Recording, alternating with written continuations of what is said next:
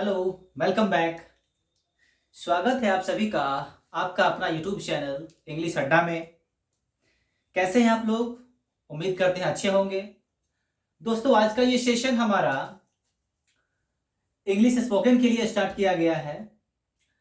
तो ये क्लास उन सभी छात्रों के लिए बहुत ही इम्पोर्टेंट होगा जो अपने लाइफ में अपनी पर्सनैलिटी को इम्प्रूव करना चाहते हैं, जो कहीं ना कहीं किसी भी कंपनी में जॉब करना चाहते हैं, चाहे वो गवर्नमेंट सेक्टर हो या प्राइवेट सेक्टर हो। हर जगह आज इंग्लिश का एक अपना इन्वायरमेंट बन चुका है, इसका एक अलग इम्पोर्टेंस है। तो आइए दोस्तों, समय को ना गवाते हुए सबसे पहले हम इंग्लिश स्पोकन के कुछ फंडामेंटल बात्स को जान लेंगे, जिसके आधार पर हमें इंग्लिश सीखना बहुत ही आसान हो जाता है। बहुत आसान, इतना आसान कि सोच नहीं सकते आप। और ये उन लोगों के लिए बहुत इंपॉर्टेंट क्लास होने वाला है जिन्हें इस बात का डर होता है कि इंग्लिश मेरे बस का नहीं। ऐसा अक्सर लोग सोचते हैं कि इंग्लिश मेरे बस का नहीं, बहुत टफ लैंग्वेज है। बट ऐसा मेरा मानना है कि ये लैंग्वेज टफ नहीं, बहुत ही इजी है। अगर आप इसे बड़े गहराई से सोचे, बड़े आराम से सोचे और पेशेंस पूर्वक सोचे। अगर आपका मेहनत एक कंटिन्यूअस वे में रहता है तो शायद आप इंग्लिश सीख पाते हैं। ये कुछ भी नहीं, सिर्फ एक ग्लोबल लैंग्वेज है। इजी भी मिले तो अगर आप इंग्लिश सीखना चाहते हैं तो कुछ क्राइटेरियाज हैं जो हमारे बोर्ड पर लिखे हुए हैं, इन्हें आप देख पा रहे होंगे। इन्हें फॉलो करना आपके लिए बहुत ही इंपॉर्टेंट हो जाता है। तो आज हम उन्हीं कुछ शब्दों में से बात करेंगे जो इस बोर्ड पर लिखा हुआ है। तो आप लोग थोड़ा सा गौर करेंगे इस पर। कुछ बातें हैं जो आपके लिए उपयोगी सिद्ध होंगी। आपका यदि स्पोकन सीखना है, यदि आपको अपने आप को इंप्रूव करना है, if you want to change yourself in your life, then you can utilise it. तो first of all we talk about that what is English. पहला क्वेश्चन किसी भी इंसान के अंदर आता है कि इंग्लिश सीखना है, बट इंग्लिश है क्या? तो आज हम उसी के बारे में बात करेंगे, इंग्लिश क्या है। तो देखते हैं दोस्तों, इंग्लिश क्या है। What is English? इंग्लिश आपके अंदर एक डर है जिसे आप आसानी से निकाल सकते हैं, कुछ छोटे छोटे प्रॉब्लम्स को दूर करके। तो यदि आप इंग्लिश सीखना चाहते हैं तो सबसे पहले मेरे बताए हुए रूल्स को फॉलो करें। इससे पहले जब मुझे इंग्लिश नहीं आ रही थी तो मुझे भी इन्हीं समस्याओं का सामना करना पड़ा था, बट आज नहीं है। तो देखेंगे दोस्तों, सबसे पहले इंग्लिश सीखने के लिए आपके अंदर क्या होना चाहिए। What should be inside in your? तो first of all you should be faith. आपके अंदर विश्वास होनी चाहिए। अगर आपके अंदर विश्वास है तो आप आसानी से इंग्लिश सीख सकते हैं। कोई आपको नहीं रोक सकता। दुनिया की कोई ऐसी ताकत नहीं जो आपको इंग्लिश सीखने से रोक दे। बस आपके अंदर पेशेंस होनी चाहिए। दूसरा है फेथ, फेथ भी होनी चाहिए। और तीसरा हम बात कर ले तो इंथ्यूजियम, जिसे हम जोश या जज्बा बोलते हैं।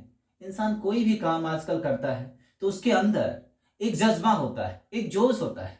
उस जोश के साथ वो अपने आप को आगे बढ़ाता है तो शायद वो अपने लाइफ में कुछ कर पाता है। जोश पर एक एग्जांपल हम आपको दे सकते हैं।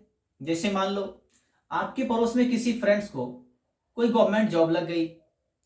उस समय उससे इंस्पायर्ड होके आपके अंदर एक नया जोश, एक नया जुनून आ जाता है, जिसे आप अपने अंदर कॉपी राइट करना चाहते हैं, उसे कॉपी करके अपने लाइफ में आगे बढ़ना चाहते हैं। तो दोस्तों, ये तीन टॉपिक हैं जो आपके लिए वेरी वेरी इंपॉर्टेंट हैं। Faith, patience and enthusiasm. ये तीनों अगर आपके अंदर है तो इंग्लिश आपका है, नहीं तो इंग्लिश आपके लिए नहीं है। दूसरी बात, अब यदि हम बात करें कि यदि आपको इंग्लिश सीखना है तो आपके अंदर सबसे पहले और क्या क्या आनी चाहिए, आपके अंदर और कौन सी बातें होनी चाहिए। तो दूसरा बात है, आपके अंदर वर्ब फॉर्म, वर्ब का जो फॉर्म है, verb 1 to 5, verb 1, verb 2, verb 3 and verb 4 and verb 5, ये वर्ब 5 तक आपको बिल्कुल याद होनी चाहिए। अगर आपको ये वर्ब 5 तक याद है फिर तो आप कहीं भी फर्राटेदार इंग्लिश बोल सकते हैं। फिर बात करते हैं कि आपके लाइफ में कौन सा वर्ब फॉर्म ज्यादा यूज होता है।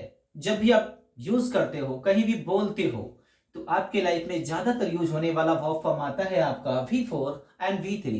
V4 एंड V3, इसके बारे में विशेष हम बात करेंगे एग्जाम्पल में।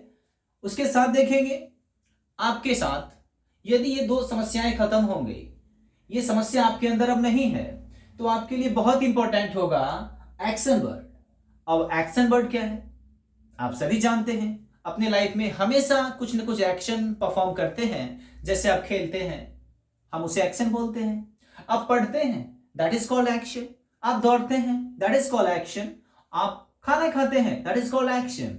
आई मीन आपके लाइफ में हर वो काम जो आपके द्वारा होता है वो एक्शन कहलाता है। तो कुछ वर्ड्स है ये एक्शन वर्ड, जिसे आप कॉपीराइट कर सकते हैं, पेंस डाउन कर सकते हैं, और इसके आधार पर आपको यूज करना होगा सेंटेंसेस को। अब हम बात करेंगे इन तीनों को। बात करने के बाद हम जानेंगे कि हमारा जो स्पोकन का क्लास स्टार्ट हुआ, ये फर्स्ट क्लास हुआ आपका, इसमें आपको क्या क्या यूज करने हैं। तो आप देखेंगे सबसे पहले आज ये कोई स्ट्रक्चर नहीं, आज ये सिंपल सा एग्जांपल है आपके बीच। नेक्स्ट क्लास में जब हम आएंगे तो आपका स्ट्रक्चर, आपके फॉर्मूलाज और आपका ये स्पोकन किस किस बातों पर डिपेंड करेगा, उन सारी बातों को हम लेकर आएंगे। How can you improve your self, I will teach you next class.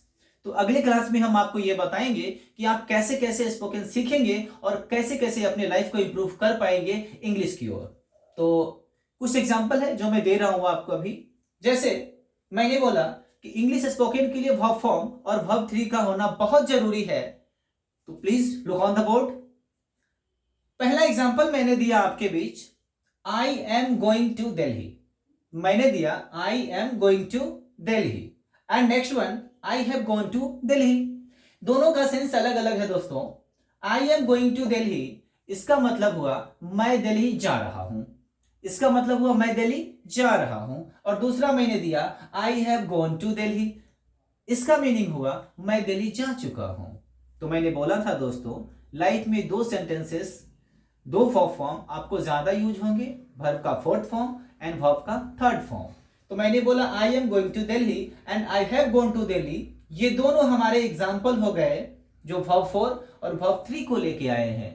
But next class जब हम पढ़ाएंगे आपको, तो हम उसमें ये बताएंगे कि कहां पर हम V4 लगाएंगे, कहां पे V3 लगाएंगे, और कैसे हम सेंटेंसेस को बोल पाएंगे। तो ये आपका अगला क्लास में रहेगा दोस्तों। फिलहाल कुछ वर्ड्स मैंने दिए हैं, इसको आप देख लें, नोट कर लें, और इस पर आधारित कुछ एग्जाम्पल हम आपको दिखा देते हैं जिसको आप कैसे अपने लाइफ में यूज कर पाएंगे। तो देखेंगे यहां पर फर्स्ट सेंटेंस वर्ड आपका है गो टू कलकत्ता।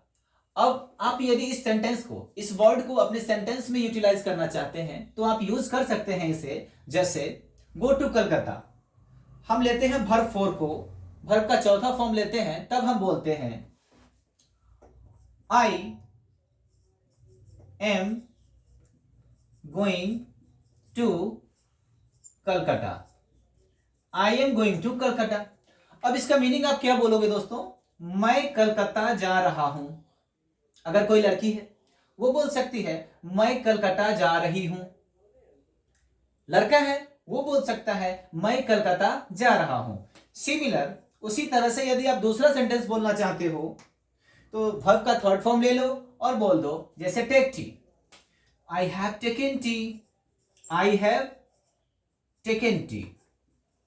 अब यहां पर देखना दोस्तों, ये टेकन हमारा वर्ब का थर्ड फॉर्म है, और इसका मीनिंग हुआ मैं चाय पी चुका हूं। मैं चाय पी चुका हूं, या फिर आप ये भी बोल सकते हो मैंने चाय पी ली है। मैंने चाय पी ली है या मैं चाय पी चुका हूं, इसका मीनिंग हुआ दोस्तों। इसी तरह से आप किसी भी वर्ब फॉर्म को इसमें से ले सकते हैं और इसका यूज कर सकते हैं। तीसरा एग्जांपल आपका है स्टडी। जैसे मैं कह दूंगा कि I am studying properly, I am studying, I am studying, I am studying. मान लो आप अभी पढ़ने बैठे हुए हो, आप कंटिन्यू वे में पढ़ रहे हो, और आपका एक दोस्त आ जाता है और आपसे पूछता है hey Anu how are you, what's you doing, क्या कर रहे हो। आपका रिप्लाई होगा आई एम स्टडिंग, मैं पढ़ रहा हूं।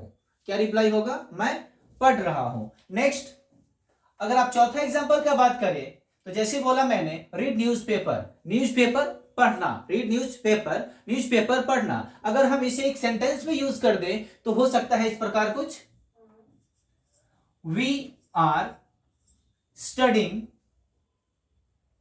We are reading newspaper, we are reading newspaper. इसका मीनिंग क्या हुआ दोस्तों? हम लोग समाचार पत्र पढ़ रहे हैं, हम लोग समाचार पत्र पढ़ रहे हैं। इसी तरह का वीडियोस यदि आप देखना चाहेंगे तो आपका सेकेंड पार्ट जो आपका इंग्लिश स्पीकिंग कोर्स का होगा, बहुत ही बेहतर परफॉर्मेंस के साथ आएगा। तो आप इस चैनल को प्लीज सब्सक्राइब कर लें एंड अपने दोस्तों में शेयर एंड लाइक जरूर करें। Thank you.